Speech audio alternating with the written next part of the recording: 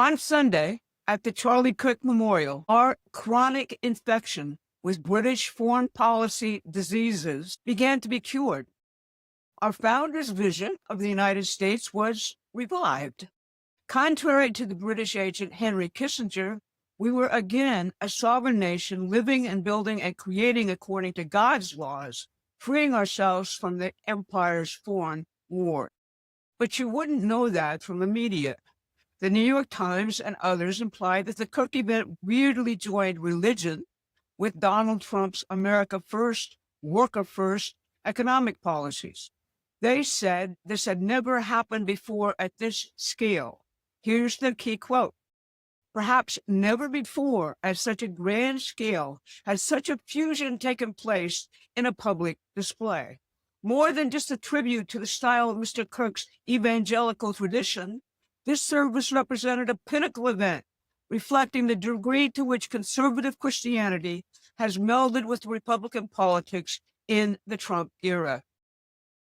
But prior to the most recent run of total control of our foreign policy by the British Foreign Office, we were always like this. All our founding documents and all our founders' foreign policies insisted we were guided by God in a continuous mission to find truth. We fled here to escape the forever wars of Europe's oligarchs.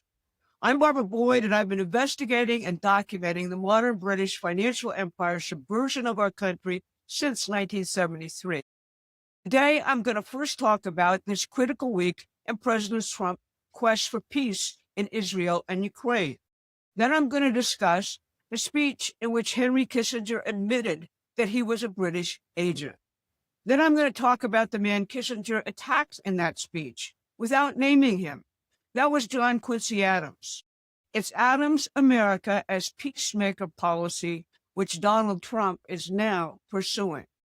But before I dig in, if you find our work helpful, please go to the Promethean Action website now and subscribe. President Trump goes to the opening of the UN on Tuesday. He seeks peace, particularly with respect to Gaza and the continuing slaughter there. He will meet on the sidelines with Arab leaders to find ways to free the hostages and end the bloodshed. According to reports, he's discussing with them a plan for the day after the war ends. It involves rebuilding Gaza and securing it without an Israeli occupation. He will meet on Thursday with President Erdogan of Turkey concerning both the Middle East and Ukraine.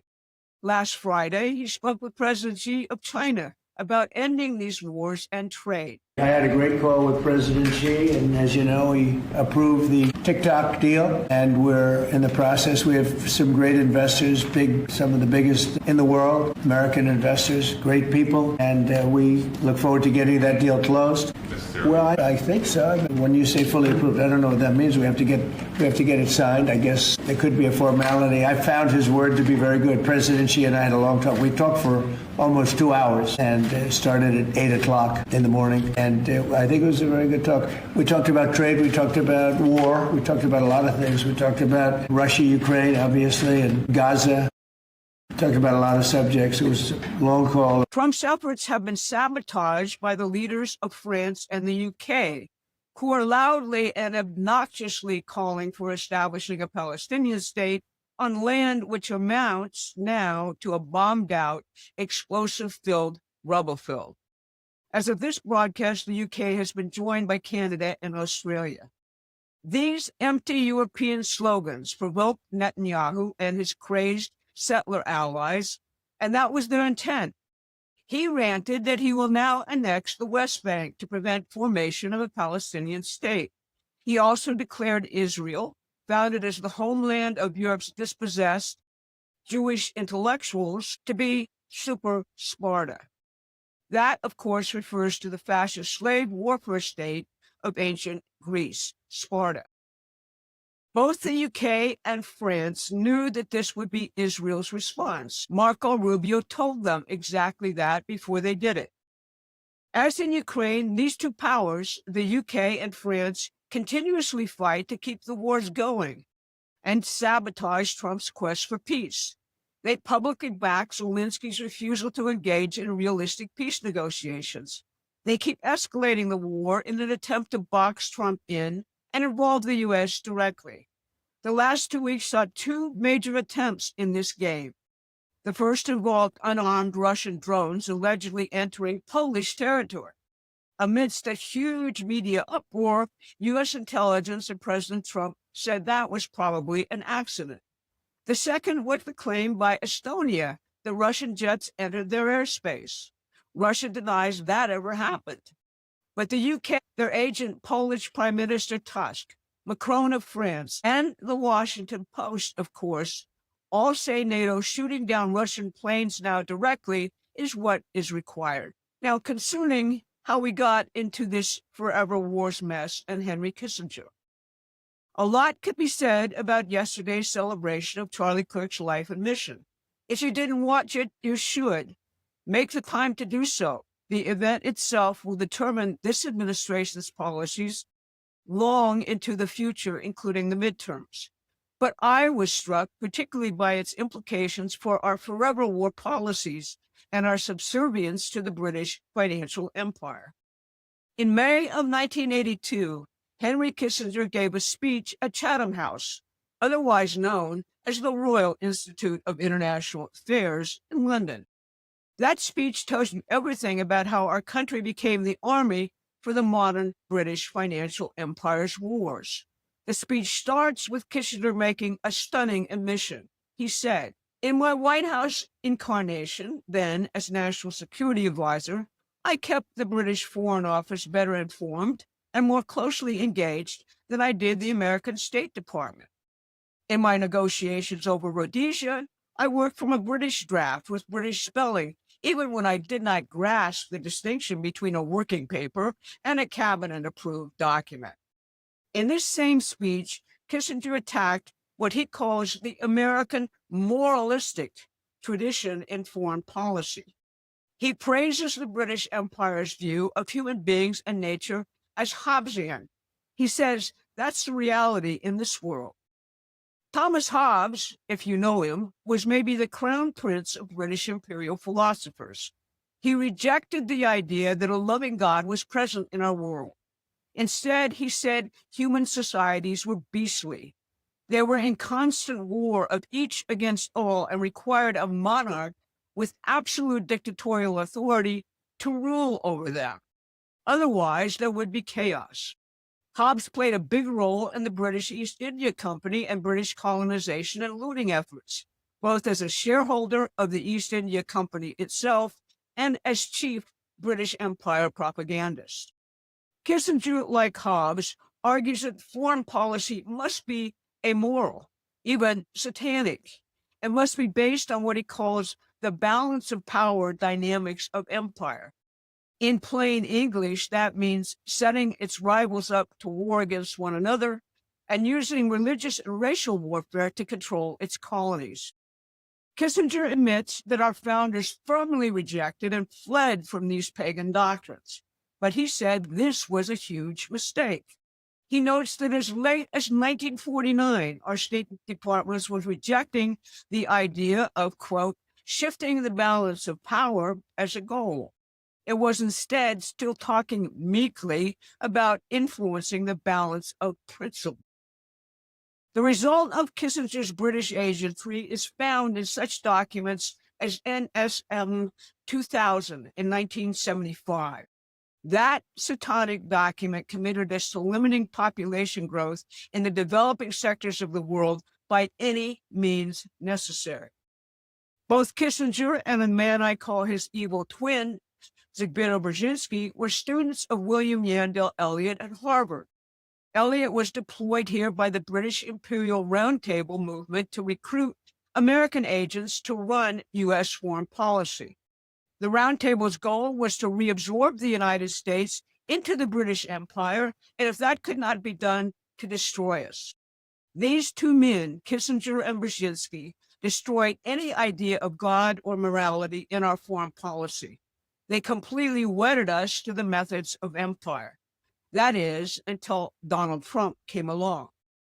Now, some people still remembering the insane Iraq War and the more recent religious warfare in the Middle East might ask, How are Trump's Christian views of foreign policy different than George Bush and Dick Cheney?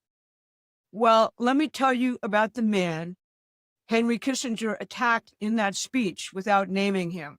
That man was John Quincy Adams.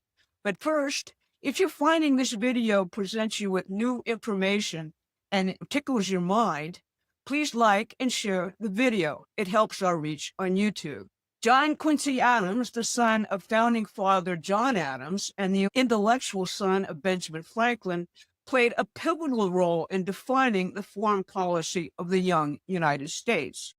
His concept for that policy flowed directly from his belief that the United States of America was founded upon principles which were derived from the Christian religion, and that the United States should preserve and extend those principles without any compromise with imperial or colonial powers and without becoming an imperial power itself.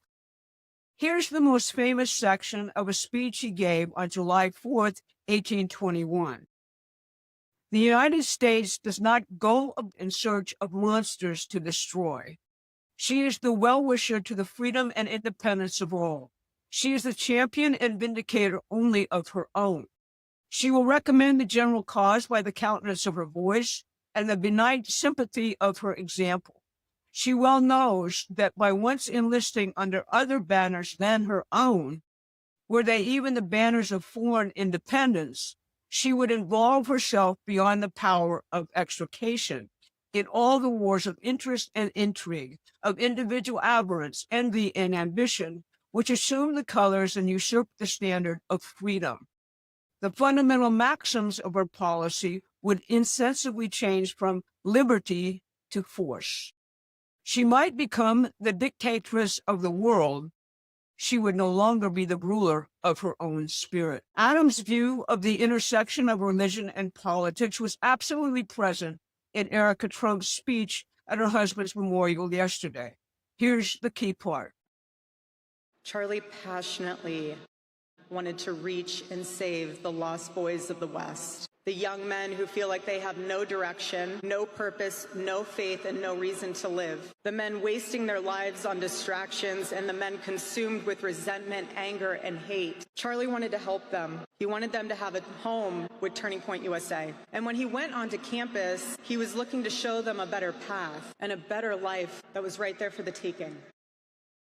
He wanted to show them that. My husband, Charlie, he wanted to save young men just like the one who took his life. Young man. On the cross, our Savior said, "Father, forgive them, for they not know what they do." That man, I forgive him. So the forces of perpetual war, those who profit from chaos and division, are still at work, but the tide is very much turning.